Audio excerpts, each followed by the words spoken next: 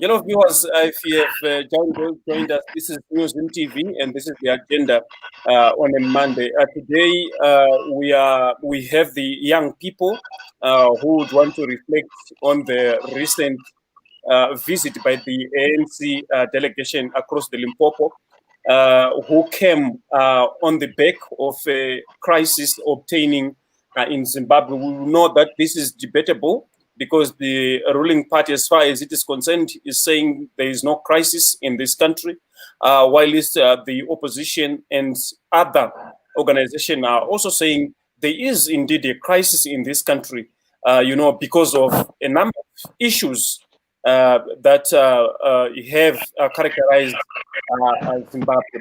So today I do have Sarah and Claire, as well as Treasurer Basop, More Blessing Chipoera, and Ngobizita Mlambo, who would want to share their reflections on what is obtaining in this country vis-a-vis the visit by the ANC delegation to the country. So, Mr. Kansha, I'm going to start with you to introduce yourself to the viewers and also briefly share with us your reflections on the recent visit by the ANC delegation to Zimbabwe. And precisely, I would want you to engage with the narrative that says there is a crisis in this country because of, number one, the issue of abductions, the issue of the collapse of the economy, the issue of the social contract, and quite among other issues, we have seen the arrest of opposition activists, opposition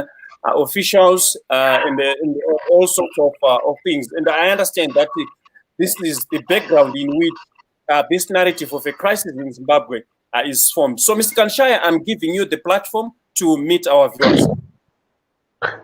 Hello, viewers. Thank you so much for giving me this opportunity. I greet fellow panelists. Thank you so much. Your topic of the day sounds interesting, especially to a person who is not in touch with the ground. To start with, there is no crisis in Zimbabwe in the context of how you have coined the topic. Number two, South Africa is not in any way playing a mediation role in Zimbabwe. Visitors who came to Zimbabwe are members of the ANC. The same way ZANU-PF sends a delegation to China, the same way we have been hearing ZANU-PF delegation visiting Tanzania to meet Chama cha Mapinduzi, the same way we have been seeing Bobby Wine visiting Nelson Chamisa, the same way we have been seeing Julius Malema engaging Nelson Chamisa. This has been the norm. So it's not clear to say South Africa's role, because ANC is a political party, a ruling party, and the delegation that came to Zimbabwe was specifically dispatched by ANC. So my issue is to say your topic is not as it is supposed to be.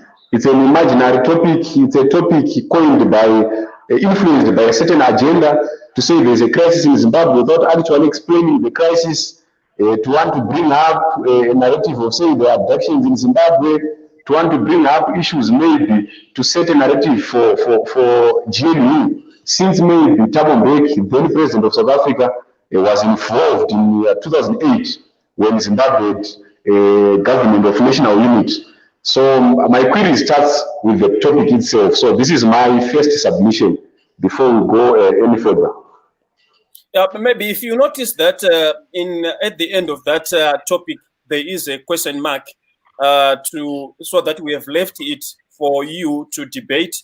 We have left it for you to give reflections to our viewers. But well, thanks for that introductory remark. We will go to Treasurer Basop to share with us what he understands by the ANC recent visit to Zimbabwe and the meeting which had with the ZANU-PF, whether do we see this as a potential mediation towards the end of the crisis in Zimbabwe, as it builds on the social media narratives and as well as what is obtaining on the ground? Mr. Treasurer Basop, say.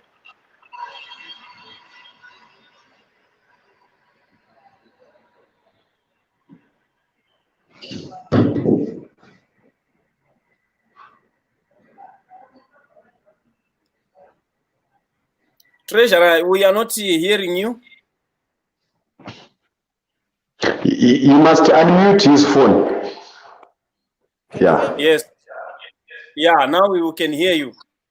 You hear me now? Yes. Okay, thank you very much, Comrade Costa, for...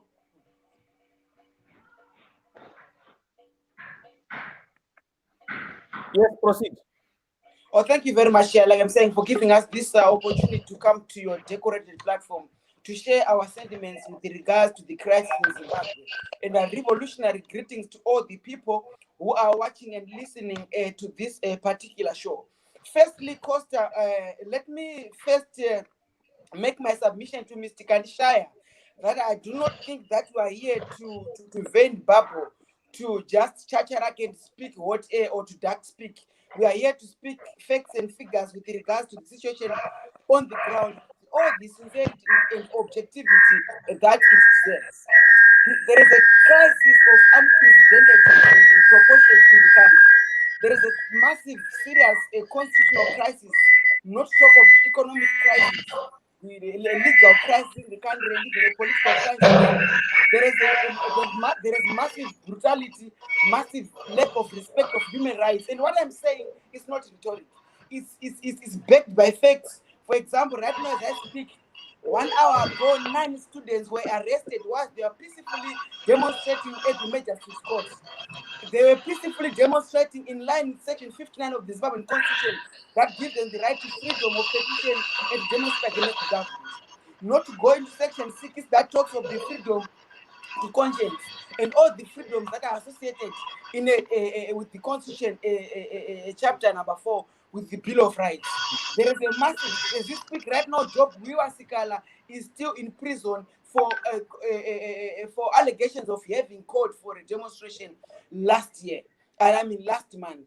As we speak right now, we still have the president of the Zimbabwe National Union under arrest for the purpose and intent of asking for transparency and for the information with regards to one of the students, who was abducted by the state, and it was discovered in the process that one of the cars which was used was owned by a private company, and they asked for the private company to give an explanation in terms of who was running or who was using that car, and that is in line with Section 62 of the Zimbabwe National Constitution, which asked for information with regards to the transparency, public transparency. So there's so much that is happening in the country, and it boggles the mind to see a fellow citizen who is supposed and expected to be having a heart saying that there's no crisis in Zimbabwe. That's not only a lie, but that is also being heartless and being very cruel in nature. More blessing, your introduction, your reflection on the whether there is a crisis in this country or not, and as well as the recent visit by the ANC delegation to Zimbabwe. More blessing. Saying that Zimbabwe has a crisis, sort of like giving an assumption that's not there. Saying that we're saying we have people say they have rights to demonstrations, they have right to whatever that they want to do, but they don't understand that those rights come with what? With responsibility. When you have a right, you have to have responsibility. But however, the things that are being alleged to have been done, they're being done on the basis that those people probably maybe they're not giving their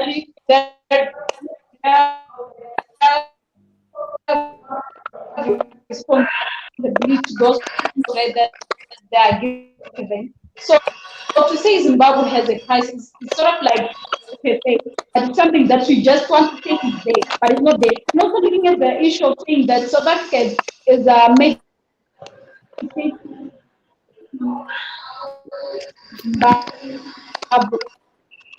and the same is delegation. That's something that is not there because we're saying we have ANC in South Africa. It is their influence. Yeah, it's diplomacy in the sense that they just want to influence. They just want to influence their involvement in other countries, just like regional integration, and they just keep send their delegations that you see in Zimbabwe. So it's not per se saying it's meditating in Zimbabwe, but then it's just sending it on a delegation just on the basis that they're neighboring countries and they nothing that they want to like involve themselves in. So, Blessing, let me just make a follow-up from your reflection. What do you understand by crisis? Meaning, in that school definition, what do you understand by a crisis? Crisis was saying, basically saying that what can I say? Let me find the right way to say. We're saying there is a problem, right? And the problem requires a solution. And we cannot say that in Zimbabwe there is a bigger problem that we're saying we need a solution that we can solve by ourselves. And we're saying South Africa is coming to in between to solve the issue between either parties or whatsoever that is going in the country. More Blessing, do you appreciate that Zimbabwe is having economic problems? Hello, Mobi. Or maybe I've lost you there. Mr. Kansha, maybe we would need to come in there. No, I was saying, do you appreciate that Zimbabwe is facing economic problems? Yes, I didn't hear you. Yeah, because I'm asking you in relation to your definition of a crisis as having problems. So that definitely says Zimbabwe is in a crisis, but not.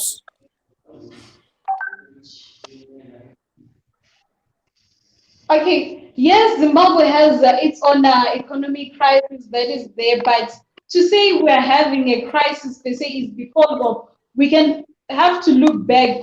Where are we taking that crisis from, right? Because basically we're saying how can we then include economic crisis to the issue of saying we're having abduction, we're having all of that. Yes. Yeah, well, I wasn't asking precisely about abductions. I was asking about the economic status of our country. But let me just ask you another last thing. Are you happy? Are you happy with our health system, with our social amenities, with social services delivery? Are you happy yourself? Yeah, it's how you take it. The government has done it's best in providing us with the health facilities and with helping us with our way of socializing. So I can say yes, I'm happy. It is trying its best, looking at how we are and how we've been doing things. But you yourself, are you happy with our social service delivery? Yes, I am. Okay, well, fine. Mr. Kansha, let me come back to you. Ms. Kanshaya, hello. Mr. Kanshaya, we can't hear you. I'm here. Yeah, you heard what Treasurer Basop said. He is reflecting on the fact that we have people who are being arrested in this country, being arrested on the basis of exercising their constitutional right, and he precisely put in quotes Section 59 of our Constitution, which allows the citizens to protest on anything which they feel is not right in this country.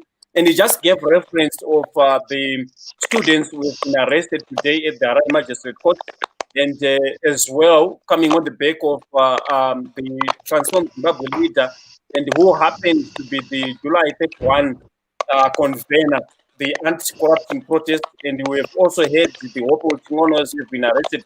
I can give you lots and lots of examples. So he was basing his reflection precisely on that, to say that's a demonstration of a crisis in the country.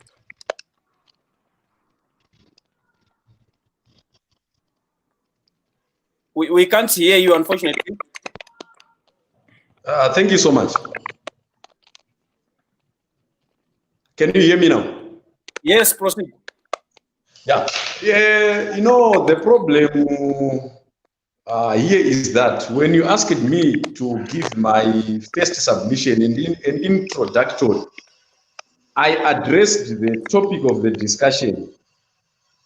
And when you gave Comrade Treasure Basop an opportunity to speak, he gave an account of what he thinks is better discussed here, far off away from the topic.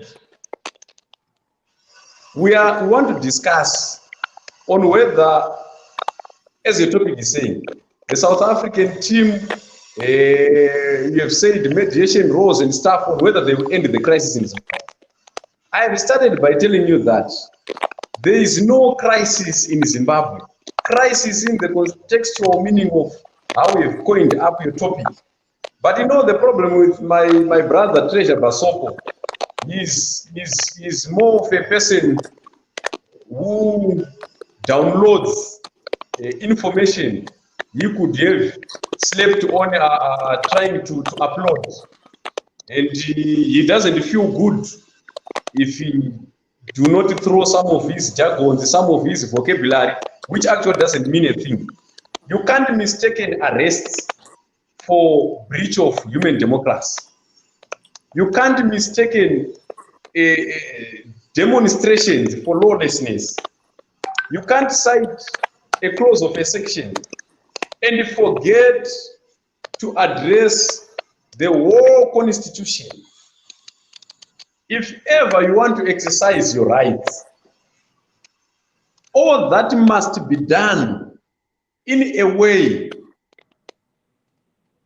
which doesn't infringe or step on other people's rights.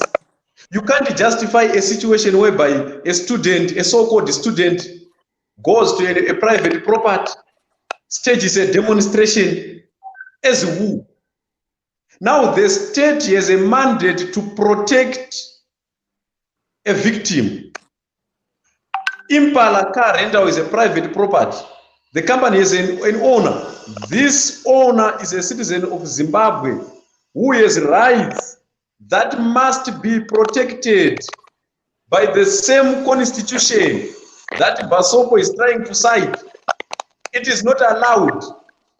It's not fair. What was the reason? What's the justification of going to stage a demonstration at Impala as if the abduction was approved? What was the reason? Why do we call the arrest of Job Scala as unlawful? Job Scala is not yet convicted. Let's have a conversation there. Let's have a conversation. I'm sure that you appreciate that Impala came out to acknowledge that one of the vehicles which was used in the alleged abduction of Tawanda Mcheyiwa, they actually appreciate that it was our property, it was our vehicle. So in a way, what would you say about that? Because it's not just something that is coming from the blue, because Impala itself acknowledged to say, actually, this was one of our cars which was used. Listen, Impala car rental admitted that the car that was used in the alleged abduction to start with was theirs.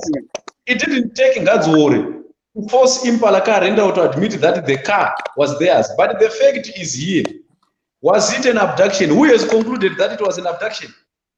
You are saying an alleged abduction. So who is Ngadzwore in the justice system of this country to go and stage a demonstration at a private property? Who is he in this case? What's his role? Why was he there? No, but my understanding is that he was saying they are doing this in solidarity with a fellow student, Tawanda, who is currently nursing the injuries after, you know, those late torture and the beatings, of course. Listen, my brother, we are all students, and we have more than 2 million students here in Zimbabwe. Is it part of the justice system to stage a so-called solidarity at a private property? Why do you sound so ignorant about the rights of Impala? They need peace. They deserve protection of the state. Once their rights are stepped upon, will you be able to wake up having people at your gate demonstrating for issues that are before the courts of law, issues that are with the police? Who is Ngadzwore in this case? I want to understand the role of Ngadzwore in the alleged abduction of Muchehiwa, and what's his role? Who is he to stage a demonstration at Impala Kahaya? What role did he play for the case to be where we want to go back to our topic, but let's exhaust this once and for all. How do you expect people to exercise their Section 59 constitutional right? How do you expect them to exercise that? Should they just ignore it? No, that section should be exercised on one condition, that, look, each and every right that you can think of, you must exercise it with responsibility. The responsibility is that you mustn't exercise your rights stepping upon rights of somebody else. Impala Car Rental is a private company. Their premises are a private property. They have a name to protect. I think that's why they are assisting the police with the information. It is why they admitted that one of the vehicles in the alleged abduction was theirs. So who is Ngadzwore to go and abuse, tarnish the name of Impala, to abuse the owner of Impala, to be at the premises of Impala Kahaya? Who is he? This is not, it's clearly provocation.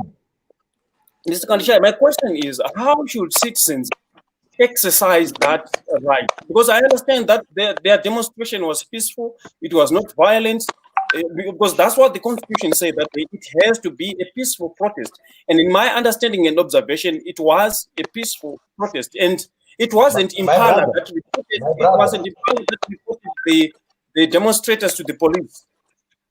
My brother, peacefulness of a demonstration is found on the victim side. What do I mean here?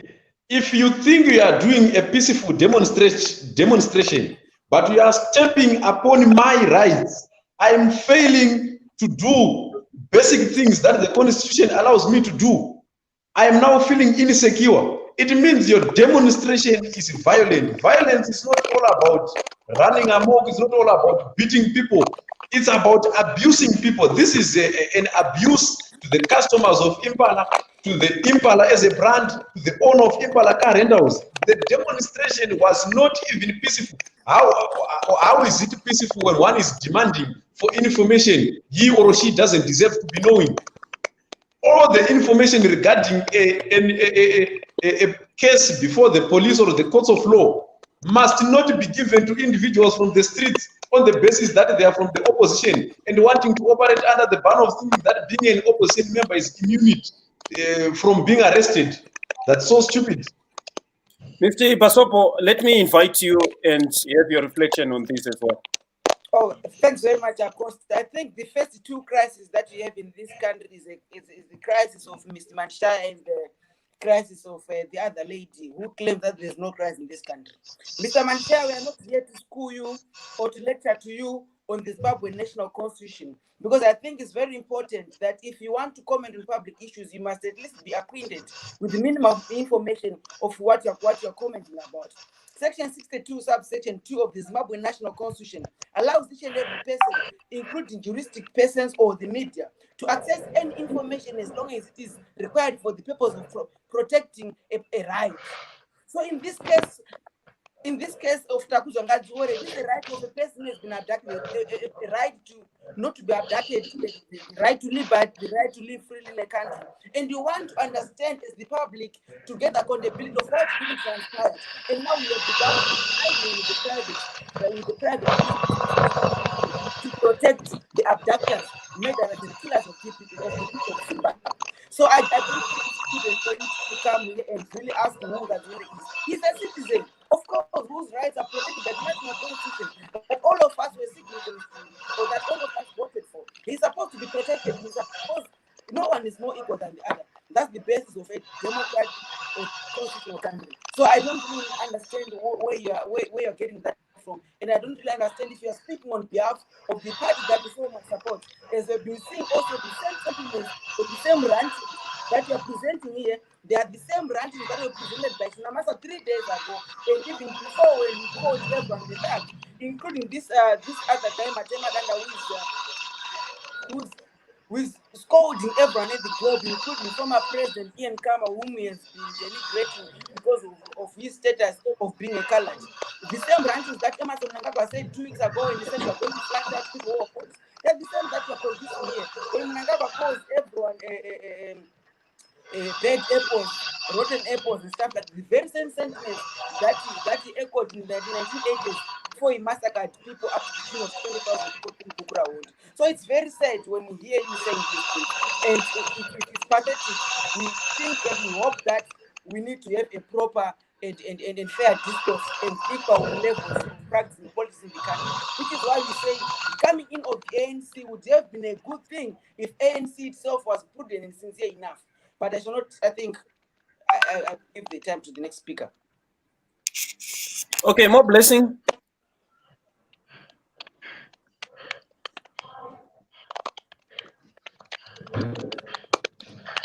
More blessing. Yes. No, okay, I would like to comment on each of the alleged abductions. To say that the abductions in Zimbabwe, as Basop is saying, it's not the government trying to protect itself, but then it's not abducting, as we say, as Mr. Kansha, that their arrest, the people are not understanding the fact that even if you have the right to protest, the right to say whatever that you have to say, you also have to put another person. That right doesn't have to infringe the next person's rights. So to say that they were abducted, they were taken by whatever that they are saying, it's something that is needed. But they think they were arrested on the basis that they were infringing other people's rights. So the updating, we can see probably that they were there. And also to say that we can say we are avoiding these people from protesting, but I think as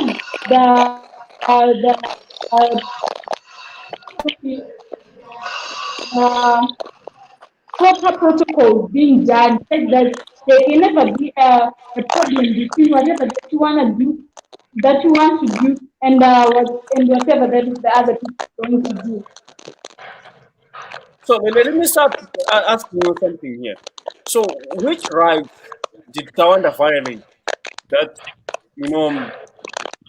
he ended up being tortured? And you saw the pictures and the videos, and something that is now has been medically approved. Even the court of law have actually acknowledged and saw that he was actually tortured and assaulted. Whose rights did he violate? Sorry, can you repeat again?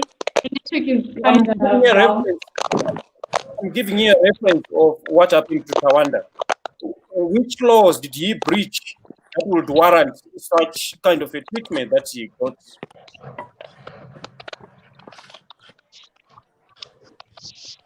Okay, so to say we're saying Tawanda. Okay, so Tawanda.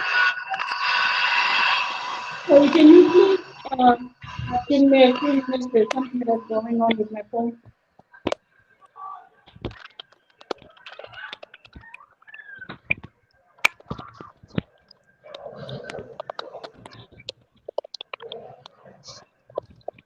Okay, Mr. Kansha, maybe you would like to come in there. So, are you saying we don't have a crisis in this country?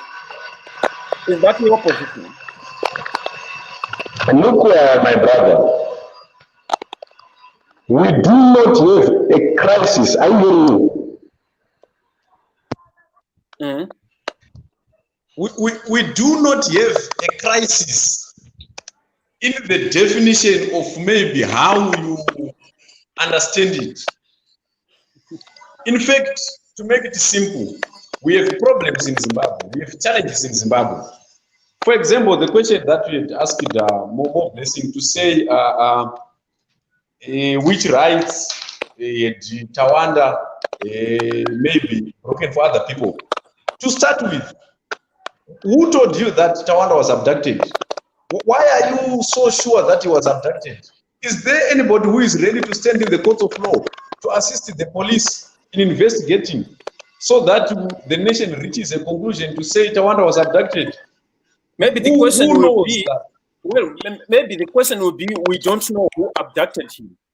But surely to dispute that he wasn't abducted would be something else, because he actually narrated. That's what he said.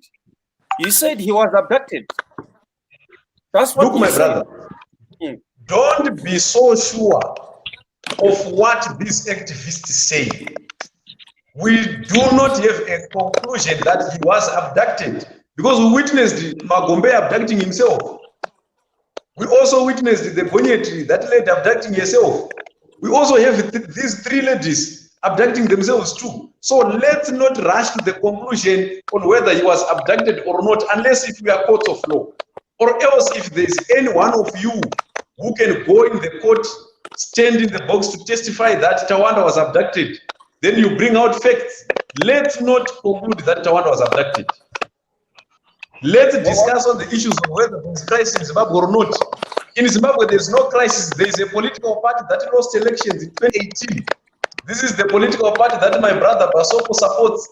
And this political party has so much experience in blame game.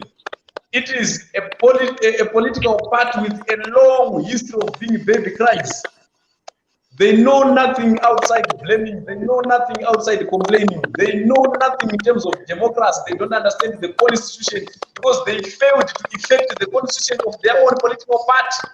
They mistaken democracy for lawlessness, freedom of speech for insults.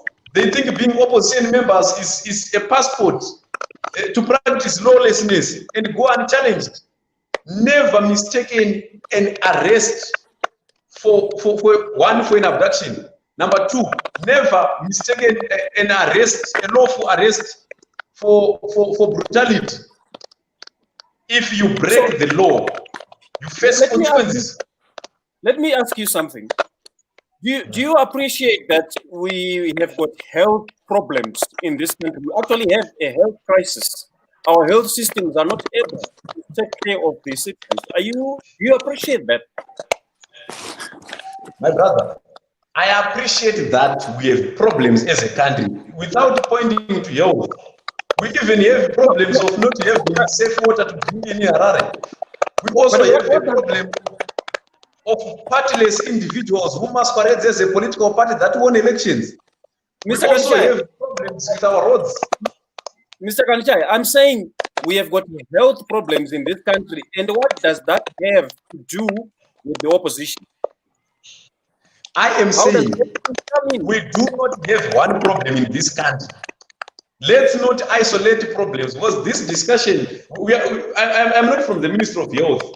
So even if you try to point even a crisis, a problem on our transport issues, try to point out my educational problems, try to point out issues of potholes, try to point out issues of lack of basic service delivered from our councils. If you pick health specifically, it sounds as if you have a certain agenda. We have problems here in Zimbabwe. The other problem, the main problem that we have is of a grouping of individuals that does not have a political party who is around lying to people that they won elections. Then we have a crisis. If you're mentioning we've got lots of problems, we've got poor infrastructure, we've got poor, we don't have clean water. So then we have a crisis.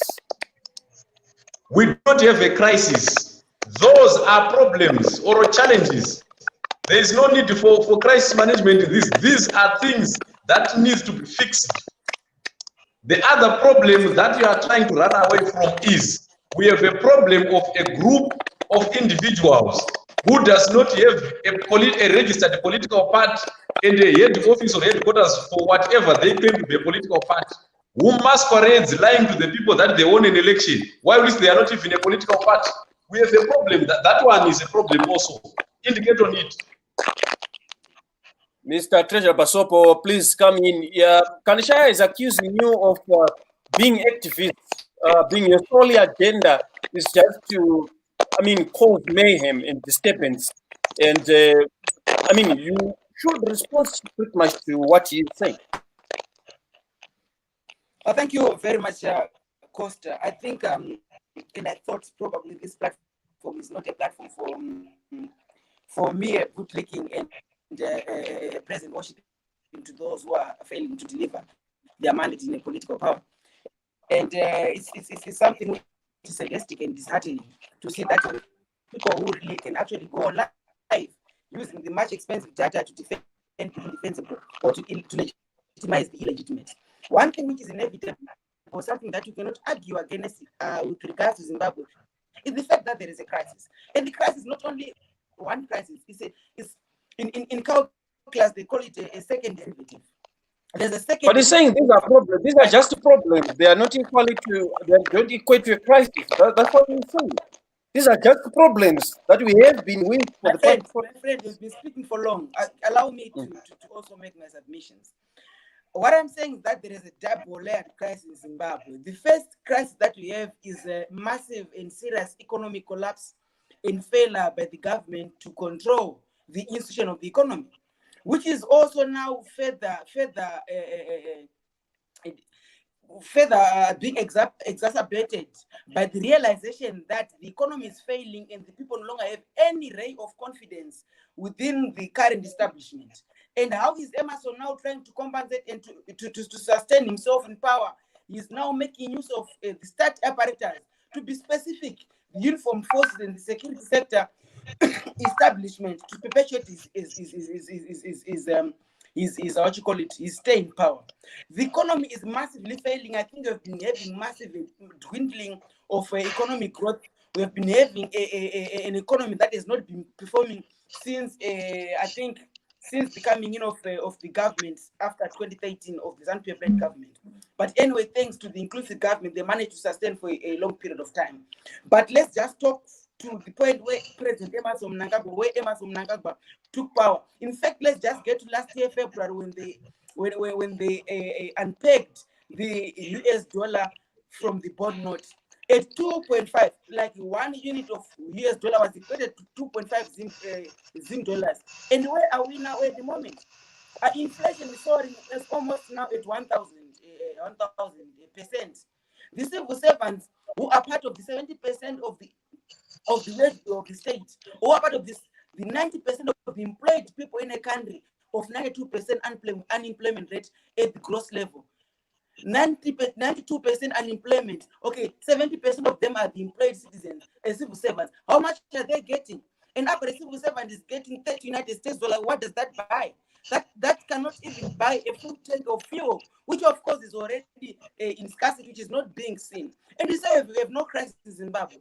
We are saying that I heard Namasa saying that South Africa did not do anything, but you have 4 million people, Zimbabweans who are in South Africa, who are within the labor market of South Africa. And there's no crisis in that. We are a country which does not even have their own currency, which we celebrated dollarization. And which currency we're using? We're using South African rand. But we have a former Minister of Finance who can say we're not benefiting anything from the government. Okay, fine, let's assume we're not benefiting anything from South Africa since 1980s. They want us to believe. So does it mean you have been having dubious deals with the South African government, or deals that had a one-way effect or one-way benefiting process when Zimbabwe never benefited from the other? Then what sort of a government is that goes for 40 years trading with the country, dealing with the neighbor, not benefiting any single thing? That is vagabond of the highest order that comes from a person who's supposed to be government. I think of a broken society. We have no state right now at the moment. What is called a state are three arms of a state: the legislature, parliament, and the executive. As we speak, we have no parliament in Zimbabwe.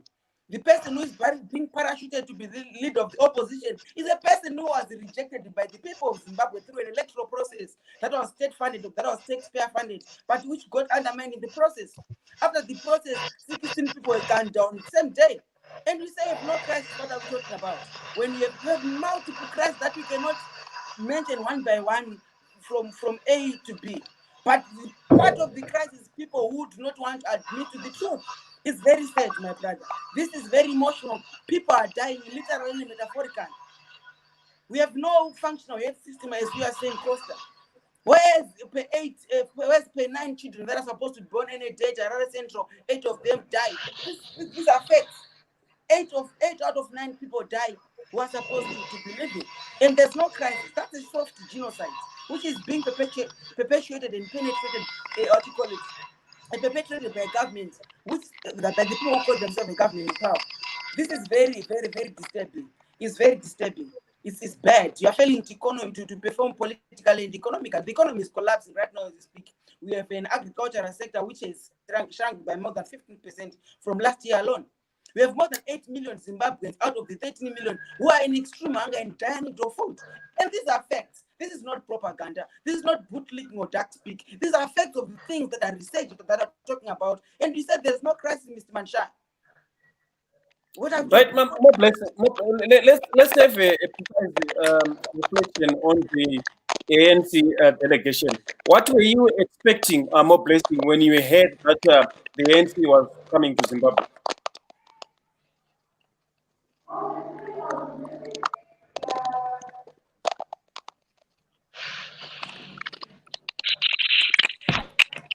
Sorry, is my mic on? Yeah, we can hear you.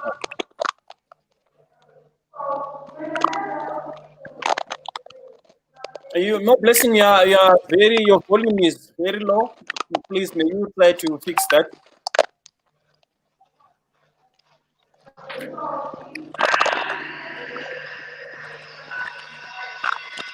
More blessing. Your volume is low. May you try to fix that, please? Unmute your phone.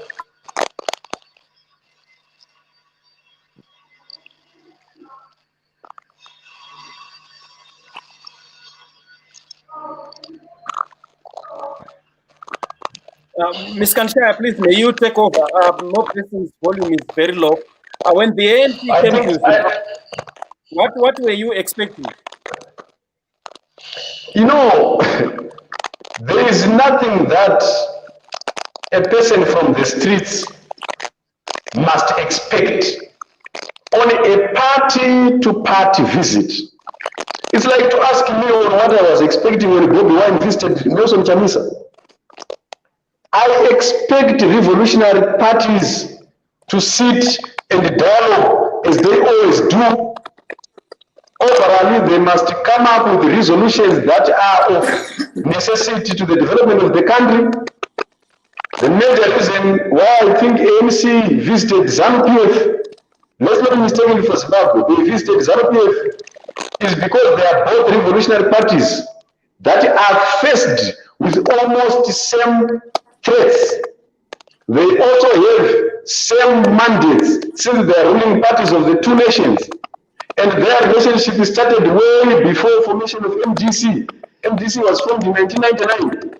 They've been together. ZANU-PF assisting South Africa to gain their independence from apartheid. So what I was expecting is just to see two revolutionary parties sitting down, analyzing their threats, coming up with resolutions on how best they can assist each other, as has been the norm. I've indicated on ZANU-PF's visit to China, communist part of China. It doesn't mean there is crisis in China. Visits to Tanzania doesn't mean there is crisis in Tanzania. On issues of crisis, in Zimbabwe, there is no crisis, but there are problems. So the problem of having a discussion with one who is not focused with a loaded gun is that he goes everywhere. He is now speaking of salaries of civil servants as if he comes from the labor unions. He went on to be a lawyer. He comes back to be an economist, leaving the topic. The topic is simply to say, is there crisis in Zimbabwe? If there is crisis in Zimbabwe, does the visit from ANC, not from South Africa, is it going to be helpful? So in Zimbabwe, there is no crisis, which is the reason why South Africa did dispatch people from ANC and not from government. So it was a party-to-party program.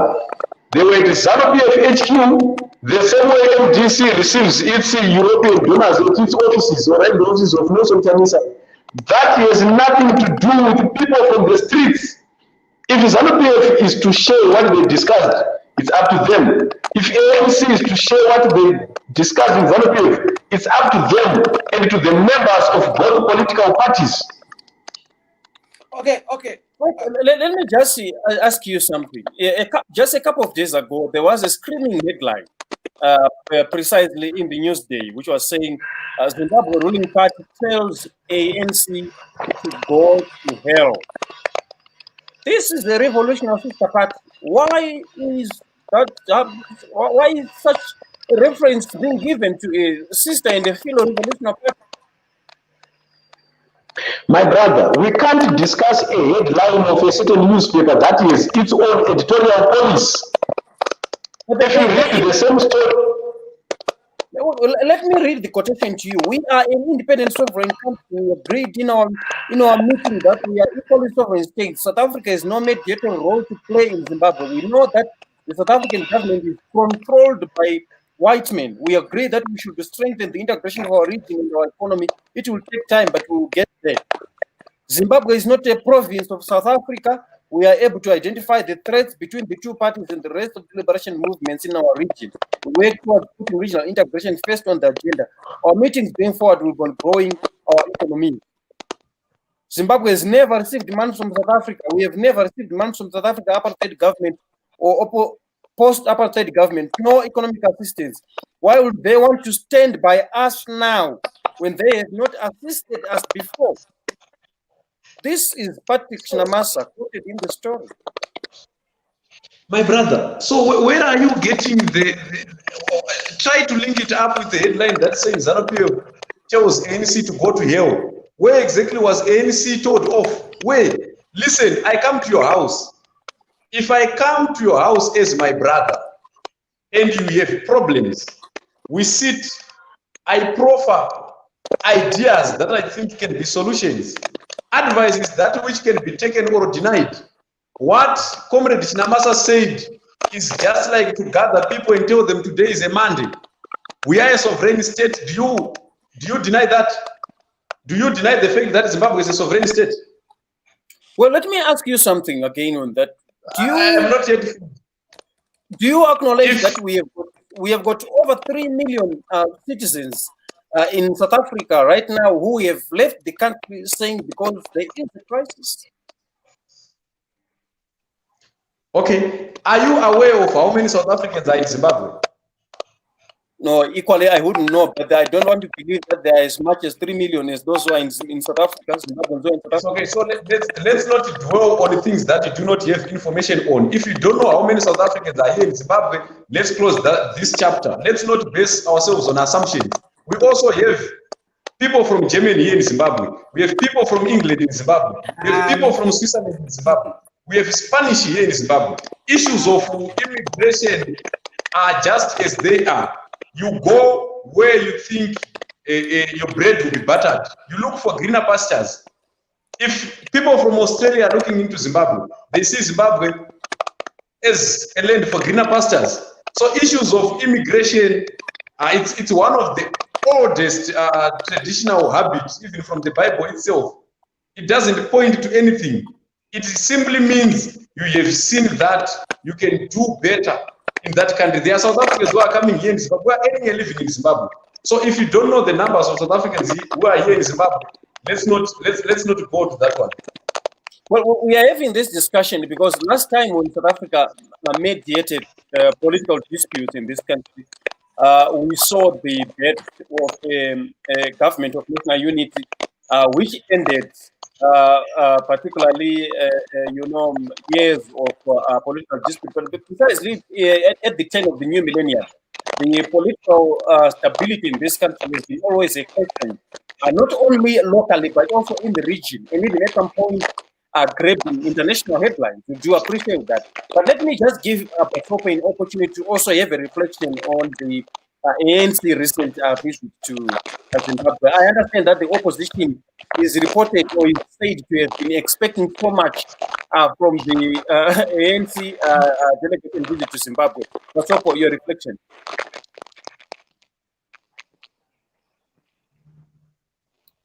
Basop, your reflection, please. Okay, sorry. I did not hear the last question. Can you just slightly repeat it? Well, I am saying if you heard what Kansha said, it looks like the opposition was expecting so much. From the ANC delegation visit. Because last time when we had South Africa intervening in our political affairs, we had the government of national unity. So perhaps this was also the expectation from the opposition to say probably a political agreement can be struck between ZANU-PF and the MDC alliance. Was it too much expectation? Okay, it's very unfortunate that I have hearing you properly when it comes to the question. But I think if I got it correctly, let me just try and ask what you can answer. You are talking about what could be the best outcome from the mediation of South Africa and stuff like that. Am I correct? Well, I'm saying the visit by the ANC delegation left the opposition with so much expectation that something was going to happen politically. And you know that last time when South Africa intervened in our political affairs, we had the government of national unity. So at this time when the ANC was coming to Zimbabwe again, was it a too much expectation for the opposition that perhaps any political agreement will be struck? Okay, well, yeah. I mean, those are different outcomes that people would be expecting. But allow me to first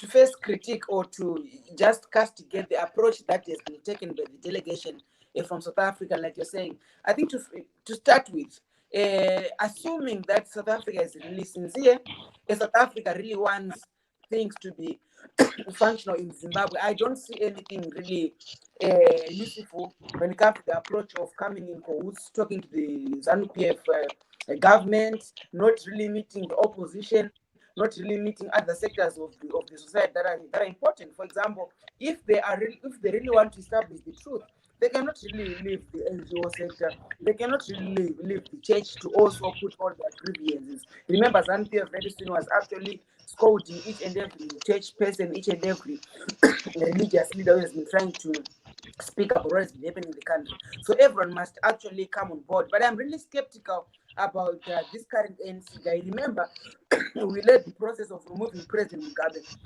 We inspired South Africa equally. Like what happens in South Africa is really a close bearing on what happens in Zimbabwe, vice versa. So when you removed Chadwick Robert Mugabe, I still remember South Africans saying that if Mugabe can be removed, how can you fail to remove Zuma? And 2 months down the line, Zuma had gone. So for ANC, it could be really a fact that if ZANU-PF is removed here, then their going is also imminent. People can actually begin also to galvanize more support to remove them. Hence, they would come here and just have this like this PNP mechanism, ZANU-PF, just talking ZANU-PF guys, what's really happening. But unfortunately, they have a bad friend because it's a very same friend that they're trying to correct and say, no, my friend, do things in such a way so that it doesn't get out of proportion. He's scolding them, he's throwing all hells and insults upon them, like you've been reading the statement of Patrick Chinamasa.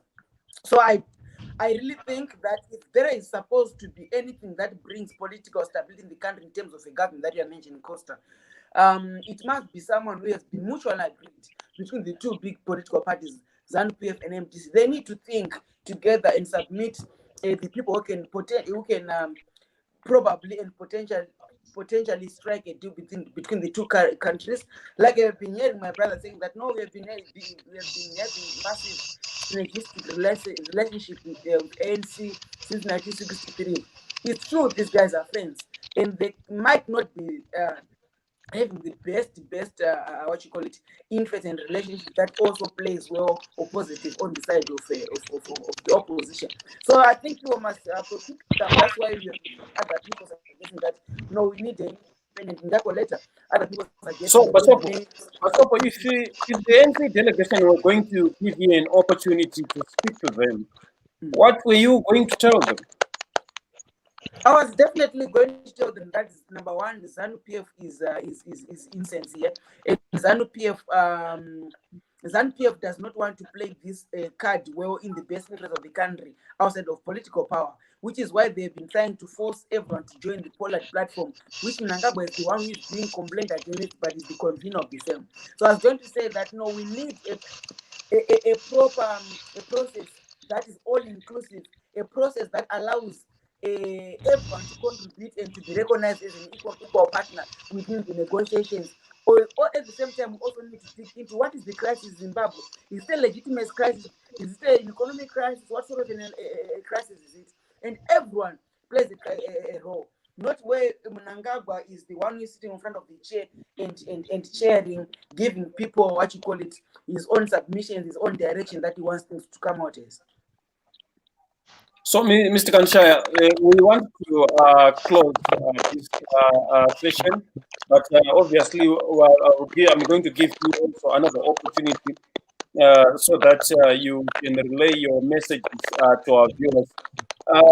The ANC says it was going to consider coming back to Zimbabwe. I am sure that if you were to be given an opportunity also to say something to them vis-a-vis their visit, because they actually, before even they came here, they came on the back of a crisis which was obtaining in this country. What were you going to tell them? Look, my brother, if ever you see a revolutionary party visiting another revolutionary party, the visit is outrightly meant to strengthen both parties. Whatever ANC is going to do here in Zimbabwe, their visit was meant to make sure ZANU-PF remains in power, because there is no revolutionary party that will ever enjoy seeing another revolutionary party out of power. So if I am to get an opportunity to give my deliberations to the ANC outside their ZANU-PF meeting, I will just tell them the same that I will tell ZANU-PF, because they are just the same. ANC will never solve the problems of Zimbabwe. Why? Because Zimbabwe is a nation on its own. If Zimbabwe needs assistance from South Africa, they engage each other on government-to-government basis. There's no opposition. There's no room for activists. Maybe I will just conclude that ANC is having a research. The issue of mixing crisis with the problems is very, very dangerous. What is that research about? What is that research about? What are they researching? What is the ANC researching? Yes, I think they are researching. This is my thinking. What are they researching? They are researching to establish the level of threats that are targeting revolutionary parties across the region. And this is not the first time these revolutionary parties have been having visits. Remember, each and every year, ZANU-PF hosts its conference or congress. There are people from ANC. There are people from Frelimo. There are visitors from Chama Pindus. There are visitors from that revolutionary party of Angola. Even at times, there are visitors from DRC. I have never seen an opposition member from any country visiting or attending ZANU-PF conference. And I have never also seen any member from a ruling party visiting a congress for MDC, let alone MDC Alliance. So what people should be understanding now, Treasure Basop should be advising Nelson Chamisa to try and engage fellow rebels to go to Mozambique and mobilize Renamo to say, Renamo, can you please visit us? We have issues. And you never hear ZANU-PF saying we also need to meet Renamo. It's a high time. Treasure Basop maybe is deployed to Uganda and say, Bob Wine, can you please come and visit? Because the issue is that MDC is just jealous. Maybe they don't want to see ZANU-PF being visited. So it's now time for them to go around the globe, mobilizing fellow rebels to say, come and visit Zimbabwe. We have a crisis. Then they sell their crisis agenda to fellow rebels. But the visit by ANC to ZANU-PF is not a visit by rebels, but by sister parties, revolutionary parties, parties that have something to contribute towards the independence of their nation. MDC never contributed a thing to the independence of Zimbabwe. Instead, it is after the formation of MDC that the economy started to scream, that we saw even people death rate escalating, that we even saw shortage of graveyards. If you go to Wood right now, if you take your statistics from City Council, we are now running short of gravesites. Why? Because people are dying. When did people start to die? Upon the formation of MDC in 2000. So it's a high time to mobilize fellow rebels to visit you. Are you saying MDC is responsible for the death of these people? I'm not saying MDC is responsible per se. I'm saying they are the reason behind. Because when MDC was started in 2000, they invited economic sanctions. Equally, that means they are responsible. That's what you're saying. And if you say responsible, it will seem like I'm going around. They are the reason behind. That's why you saw Morgan Tsvangirai when he was in GNU in 2009. Morgan Tsvangirai went world over, begging for sanctions to be removed. It's on record. Kendai Beach did the same. He said remove sanctions. Atam Tambara did the same. Why were they calling for removal of sanctions? Because they discovered that with sanctions, there is no guarantee to a better economy. And these sanctions were invited by those people. My advice, my last words, I repeat. Comrade Basop, you know your fellow rebels across the world. If you want to visit us so much, maybe the problem with you is where will you host them since you do not have offices. But try by all means to engage rebels and sell your narrative. Please don't tarnish the relationship of ZANU-PF and ANC. The relationship is much, much more older than even Nelson Chamisa himself. One more question, Mr. Kansha. You said the two sister parties, the ANC and ZANU-PF, are facing threats.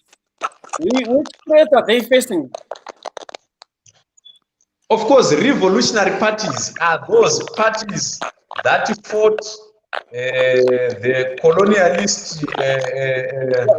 That part I do understand. I understand that part, that they fought for the freedom, for the independence of these two countries. But what I'm saying is, what kind of threats, what's the nature of the threats are they facing? There's issues of imperialism. There are efforts to recolonize Africa. And there are efforts by these people. From where? Where are these threats coming from? From the former colonizers. They are not resting. And especially in South Africa. I think they were here to get some notes. Because they failed to empower the blacks. Only 10% of the South Africa economy is owned by blacks. The only political party that is run, funded, and owned by blacks is ANC. All the other political parties are run by the whites. So there are serious threats by former colonizers who want to come and recolonize Africa. And it is the duty of these revolutionary parties to put in place defensive measures. And that cannot be done in a meeting with MGC or with EFF, since these parties are just decent clothing for the former colonizers to come back in Zimbabwe and recolonize us. What do you say about other views, other people who are actually saying China is equally doing the same of colonizing Africa? Look here, my brother. If anybody is saying China is here to recolonize Zimbabwe, then we need facts on why he or she is saying so. Without facts, we go nowhere. Let's not, my brother, let's not discuss assumptions, battle or street talk. What's your take There on are consequences. What's your take on the recent China company which was granted permission to do mining activities in Hwange National Park? My brother, let's not confuse China for Chinese companies. We had De Beers, an American company, being given a contract at Chiazgo. We had Nelson Chamisa company that won a tender at Robert Mugabe company. Let's not mistake a Chinese company for Chinese government. That was done, and those are technicalities. The issue was addressed. There are several American, British companies that won tenders here in Zimbabwe. In fact, the biggest mining companies in Zimbabwe are not Chinese. Let's talk of Mimosa. Are they Chinese? No. Let's talk of Unki. Are they Chinese? No. Let's talk of Ziplas. Are they Chinese? No. Let's talk of Rio Tinto. Are they Chinese? No. So let's not discuss issues that we lack facts on. That issue was addressed. Mr. Kansha, you are a brilliant man who has got a repute in society. And then surely mining in a national park must be a concern to you. Is that not so? My brother, I said, do not put the blame on China. If that was a mistake, the mistake was not done by the government of China. It was done between the company and those who allocated a mine. My response to you is, granting a permission to mine in Hwange is not a pointer to say Zimbabwe is being colonized by China. No. How is that part of colonization? How is it an effort to colonization? What are the circumstances that make you conclude that Zimbabwe is being colonized by China? Only because there is a mistake that was done. And the mistake was not addressed by MDC. It was corrected by the government of Zimbabwe itself. Well, you have had an incident a few months ago where a worker was injured by a Chinese claiming their wages. You have heard about that incident? Yes. Yeah, so there are many illustrations in which the citizens of Zimbabwe... No, my brother, but this does not confirm any form of colonization.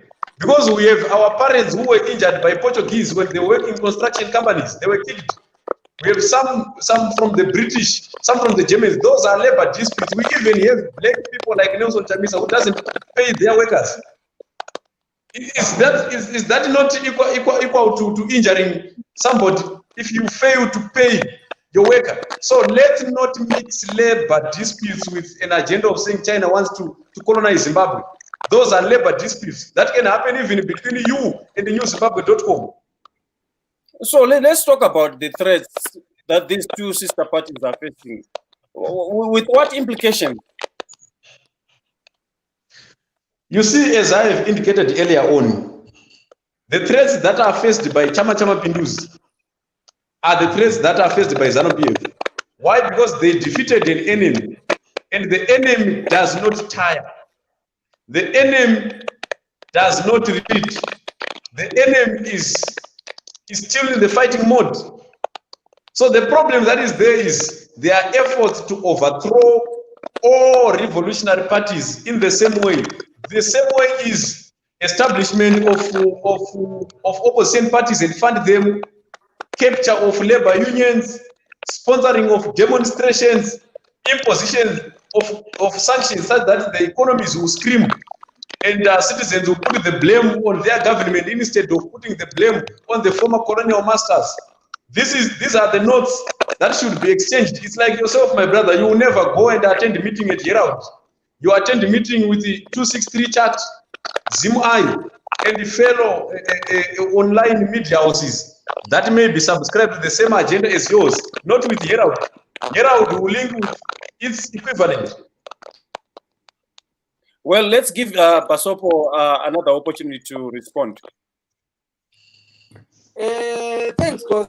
I mean, it's very unfortunate that we see this platform degenerating into a platform of blabbering and pumping out hot air, which is merely propaganda and poorly crafted propaganda after all. I mean, it's very unfortunate when a person begins to point sections of the society, including the fourth estate, as subscribing to an agenda that he himself knows best outside the agenda of spreading news to the people and letting people have the right to access information. The problem with ZANU-PF is that over the past 40 years of its rule, it has been bringing people that really do not understand the institution of the state, and that really do not understand the institution of being a good citizen in a democratic state, a responsible citizen, outside of merely being a foot soldier and defending the indefensible, like I said before. I think it's beyond any reasonable shadow of doubt, like I said before, that this problem in Zimbabwe is actually a big one. I thought maybe we're going to be discussing, like, with this problem that we have as a country, how best can we and how are we going to solve this crisis? Like we said, we have a massive and serious constitutional crisis in this country. People voted for the constitution. The constitution was enacted on the 22nd of May by the late Robert Mugabe. But unfortunately, the constitution has not even yet been aligned to a lot of subsidiary legislation or acts of parliament. We still have some obnoxious laws. The last time I heard POSA was being trying to be dealt with, but I don't think it has yet been properly dealt with to align with the national constitution. I think we know, as a matter of fact, that we have always contested elections in Zimbabwe since 1980. Since it took power, there have been massive electoral problems. And that's a massive and serious problem. And we have not managed to reform institutions like ZEC to deal with our elections, so that we can be able to have a state or a government that, it is a derivative of the people's will. I think, as a matter of fact, that we are living in a country which is at war with its own self. The citizenry or the citizens, there is a much antagonistic relationships amongst our people, the citizen and the citizen, the citizen and the state. Within the state, the ruling party, there is that which has to be done. We have had problems, the Gukura Windows, and we have massacred people. And it's still a problem amongst our society. These are things that must be dealing with. We know, as a matter of fact, that we have massive and mammothous corruption. And unfortunately, the corruption is corruption which is not benefiting the entirety of our people. It's benefiting just a small oligarchic elite, just a few people that my brother here is not even benefiting from, including my sister who is just watching this interview. She can't contribute because the phone that she is using is not compatible with modern technologies. But she is rakasharing and she's defending the system. Unfortunately, she's not benefiting from the state of affairs or from the economic, from the residual economic deals that are being struck by the existing establishment. So we have people who are not understanding how things must be run. We need a state whereby everyone must be benefiting through good governance, where my brother here can at least be also benefiting. For I know, as a matter of fact, that he's not benefiting, as when he's talking, you hear all the sorts and forms of echoes because of the quality of headphones that he's using. But unfortunately, he does not know an Basop, That is why we must be talking and discussing Basop, delegation from the African National Congress. Hello. No, Kansha is talking about the threat of imperialism and the efforts to recolonize Africa and Zimbabwe, of course, included. How would you respond to that? There is imperialist effort. My brother is worried with imperialism. It's saying there are efforts by imperialists to recolonize Africa and Zimbabwe. No, I mean, that's vagabondry. That's a vagabond. That cannot be signed. That cannot be said by a person who is properly in his or right senses. By the way, let me just give you a simple example. TikTok, that company, that single application, it is worth more than 7 years of Zimbabwe's annual output or annual GDP. Meaning to say that what these people are actually putting so much value on are things that do not really matter as a matter of fact. Who really wants to colonize Zimbabwe outside of China? Like we are saying, we know that China actually wants to bring into Africa 400 million people by 2030. Not 400 billion people, I'm sorry, 400 million people, which is 40% of a billion people. The world is 400 billion people. China wants to export the world is 7 billion people. China wants to export 400 million, but 1 billion of them. Where are you getting that, Mr. Basoko? Where are you getting that? Where are you getting that 400 million Chinese will be here in this country by 2030? Not Zimbabwe. In Africa. China in Africa. In Africa, yes. Remember, where are you getting that? My brother, we are getting this from the Chinese Communist Party. Do you know that Chinese Communist Party has a research desk of 700 people, a research desk of 700 people about Africa? within the Chinese Communist Party, not in the government. So it is a country on an agenda to come into Africa, extract resources, take resources, and they are making use of the corrupt establishment within African governments. And that is exactly what they want to do. And they are consolidating that at each and every country, at the level of a country, by capturing the elites, which is why you see all the Chinese coming up with all sorts of these beautiful gifts that they give, not to citizens, but to the first family, to this auxiliary Mnangagwa's foundation. They always they want to build this and this for ZANU-PF and all these things. So Chinese, like you have been talking about, them mining in Wange National Park. We have been talking of reopening of the charge which had been closed by Mugabe and Chin.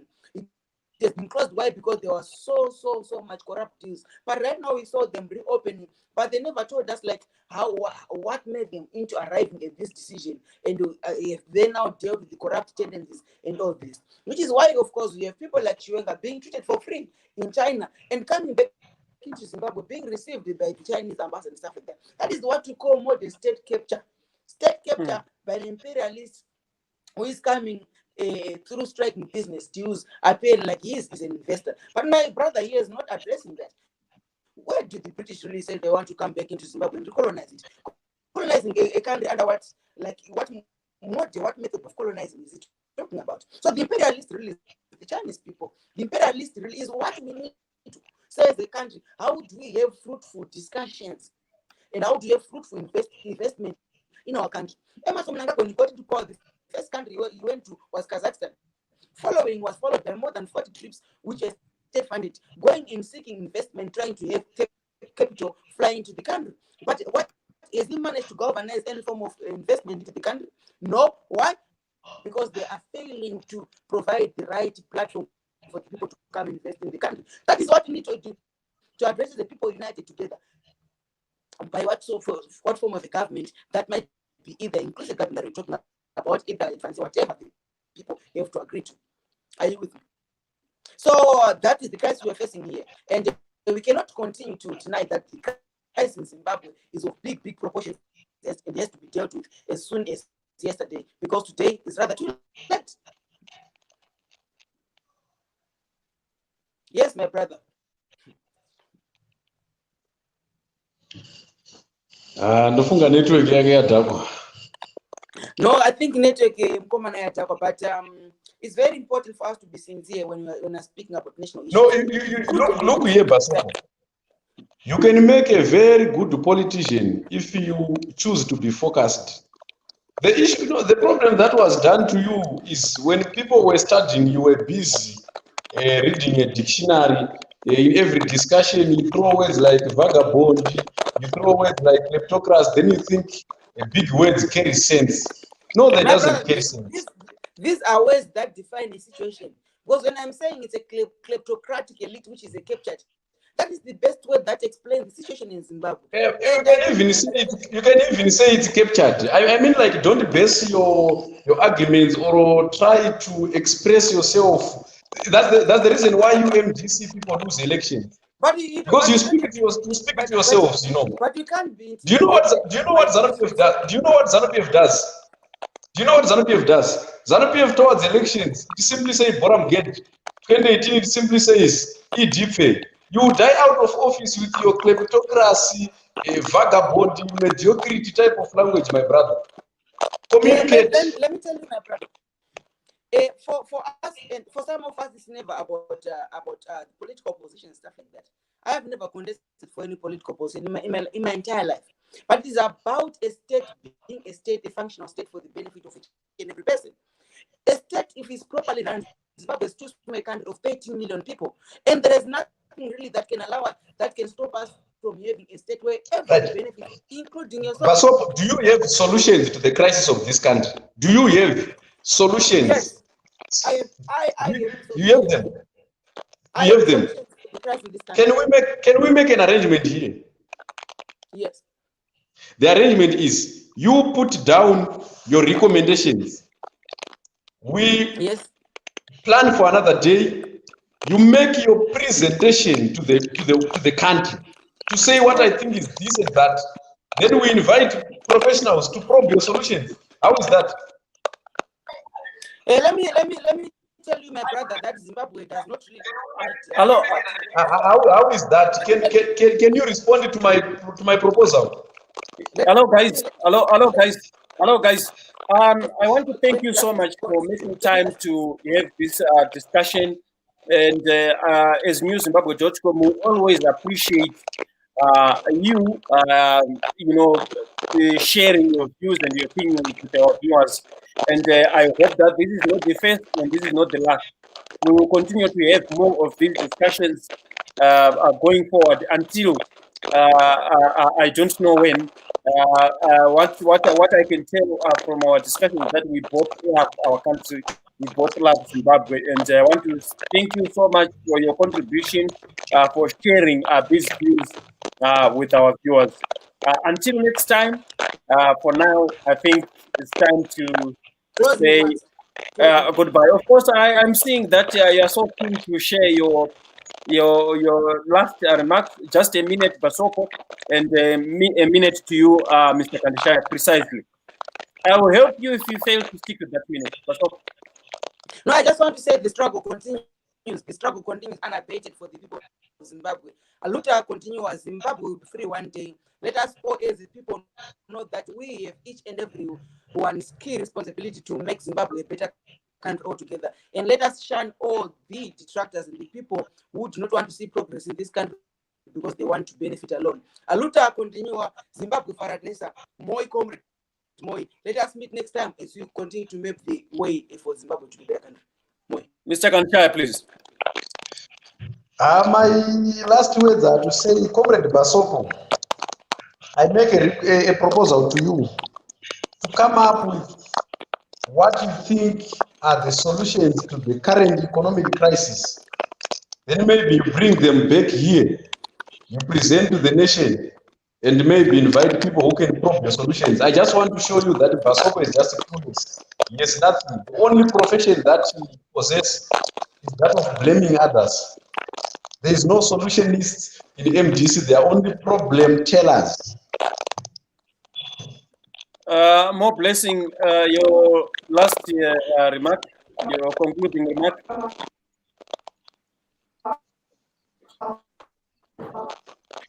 More blessing.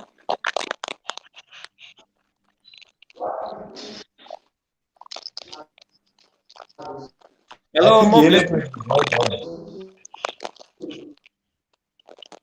More blessing. We wanted to give you an opportunity to share your concluding remarks. Oh, I'm sure she's having network challenges. Gentlemen and lady, it was nice having you. It was nice speaking to you. Until next time, thank you so much. Viewers, thank you so much for following NewZim TV. We're speaking to the young people from the MDC and ZANU-PF. We have been sharing with us their opinions and reflections on the crisis that is obtaining in this country. Of course, I know that this is debatable. Some are saying there is no crisis, particularly ZANU-PF, and while the opposition, the main, or to be precise, the main opposition MDC alliance saying there is a crisis in this country. And recently we saw the visit by the ruling government party, the ANC, visiting Zimbabwe on the back of a crisis narrative. But of course, it remains to be seen whether this is going to bring an answer or solutions to the political, economic, and social challenges that this country is facing. So until next time, thank you so much for your continuous support to NewZim TV. And for more of these and other stories, log on to our website, www.newzimbabwe.com. And also like our Facebook page, newzimbabwe.com, and follow us on Twitter at newzimbabwe.com.